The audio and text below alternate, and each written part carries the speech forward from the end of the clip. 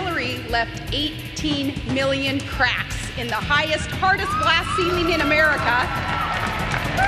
But it turns out the women of America aren't finished yet, and we can shatter that glass ceiling once and for all. And I was really quite surprised because in 24 years, nobody has done that on a national scene politically. She has strong principles, a fighting spirit. You know, my friends, this great governor grew up in a decent, hard-working, middle-class family. I was born in Idaho, so when I was 3 months old, my folks moved up. Fox News obtained this exclusive interview with Governor Sarah Palin, shot earlier this year, just days before she gave birth to her 5th child. You know what it is? In 1964, Sarah was the 3rd child born to Chuck and Sarah Heath, joining sisters Molly, Jane, and Heather. They would eventually welcome another sibling, this time a baby brother, Chuck Jr. Chuck Sr. was a track coach and science teacher. Mother Sarah, known as Sally, was a school secretary. When Sarah was 3 months old, her father moved the family to Alaska, the last frontier. My parents came up in 1964 to teach school in a very small town. He came up for the hunting and the fishing and the good outdoors life, the clean environment, the healthy activities that are offered here. Chuck is the kind of person, he's very energetic, he's wiry, and he's just full of energy. In fact, in the summertime, he would take the television out of the house and just say, go outside and play. Kayleen Johnson is the author of Sarah, How a Hockey Mom Turned Alaska's Political Establishment Upside Down. If they wanted to earn spending money, they would work for the neighbors and do chores like stack wood or work in the weed gardens and that sort of thing. The entire family took to the great outdoors and reveled in the frontier spirit. Alaska joined the Union as the 49th state in 1959, just 5 years before Sarah was born. It's twice the size of Texas and home to 29 volcanoes and more than half of the world's glaciers. Father Chuck took pride that Sarah enjoyed hunting from an early age. They'd often chase moose before school. I've shot caribou to make sure that our family's freezer is full of meat for the winter. We like wild game that's healthy, that's clean, and we do a lot of hunting. After first spending time in Skagway and Eagle River, the family moved to Wasilla, about an hour north of Anchorage. They moved into this house on Lucille Street, which is now a thrift store. It was a very small town 35 years ago. It's the kind of town where everybody knows everybody. And Christian Cole met Sarah in elementary school. There was only one little tiny grocery store and one gas station, and that's it. Sally Heath was really instrumental in the faith development of that family. She's the one who really nurtured their faith and took the kids to church and sent them to Vacation Bible School. Population 5,500, Wasilla lies in the historic Matsu Valley, surrounded by 3 breathtaking mountain ranges and famous for its fishing and wildlife. Sarah attended Wasilla High School, home of the Warriors, and was the point guard and captain of the basketball team. I grew up very involved in athletics and competition, and certainly things that I learned through sports and competition come into play in this business every day. She was so fierce on the court back then that she earned the nickname Sarah Barracuda. Sarah said that basketball was life-changing activity for her.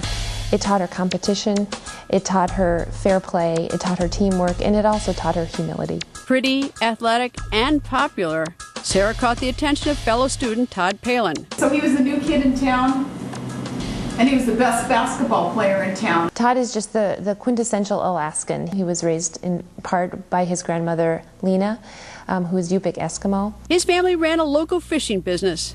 The young couple soon began dating. They have a unique relationship. Here in Alaska, we call him the first dude because that's just more fitting. Todd is incredibly supportive of Sarah, and yet at the same time he's a man's man, he's a private pilot.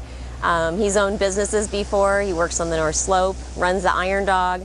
In 1982, Sarah left Alaska for the Aloha State and began her college career at Hawaii Pacific University, where she took business administration courses. After a semester there, she returned to the mainland, this time to attend North Idaho College with a general studies major. My dad had 4 kids in college at the same time. He was a school teacher. There's no way he was going to be able to pay for all of our college education. She was a good student, but financial struggles propelled her to compete in scholarship pageants. And I have to be honest with you, it was an attraction to the scholarship dollars that were offered. I could maybe get up on a stage, play my flute, that was my talent, give a good interview, and have that gown on, and maybe be able to rake in some scholarship money to pay my tuition through college. The whole swimsuit thing, I don't know if I recommend that part of it now, no.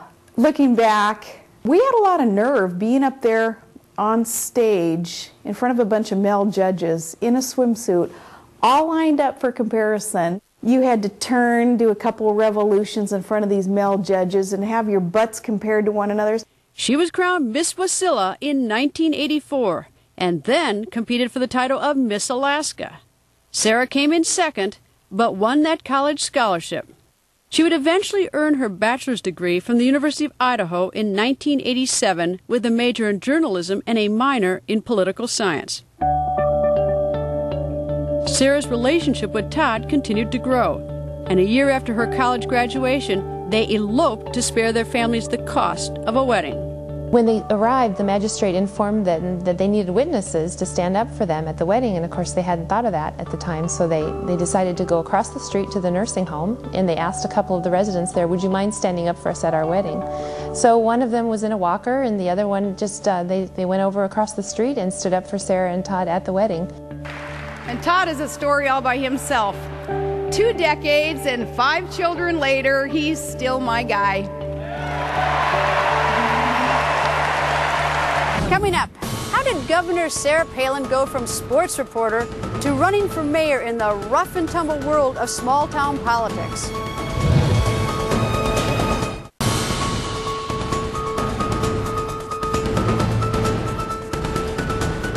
The college basketball team got frantic this weekend. 1988. This is Sarah Palin working as a sportscaster for a local TV station in Anchorage. And that's it for sports. When she wasn't reporting, the newlywed helped out with husband Todd's commercial fishing business. Well, of course we do the rod and reel fishing, you know, sport fishing for sport, but we also commercial fish, so we're out there on the water with our nets. It's a family event. She picks fish for me in the summertime, so ask her who's dominant. He's the meanest, most dominant boss you'll ever be privileged to work for when we're out on the water. So for the last 20-some years, I've got to call myself a commercial fisherman. We're raising our kids to be that next generation of fishermen. It's really cool because it really links you back to part of Alaska's history. By 1992, Sarah had given birth to 2 children, a son who was given the name Track because of his parents' fondness for running, and a daughter, Bristol, named after Bristol Bay, Alaska, where Todd grew up. Some days, you know, there's some confusion, there's a lot of energy, a lot of activity, but thank the Lord, I have a very supportive family, a large family, tremendous amount of help all the time by grandparents, aunts and uncles. Couldn't do it without my family, that network of support. Thank you for letting her play. Oh, yes. Appreciate it. Thank you. Okay. Drive careful. Yeah, we have school. 2 years after Bristol was born, Sarah launched her political career when she ran for Wasilla City Councilwoman. So I signed up for the PTA because I wanted to make my kids' public education even better.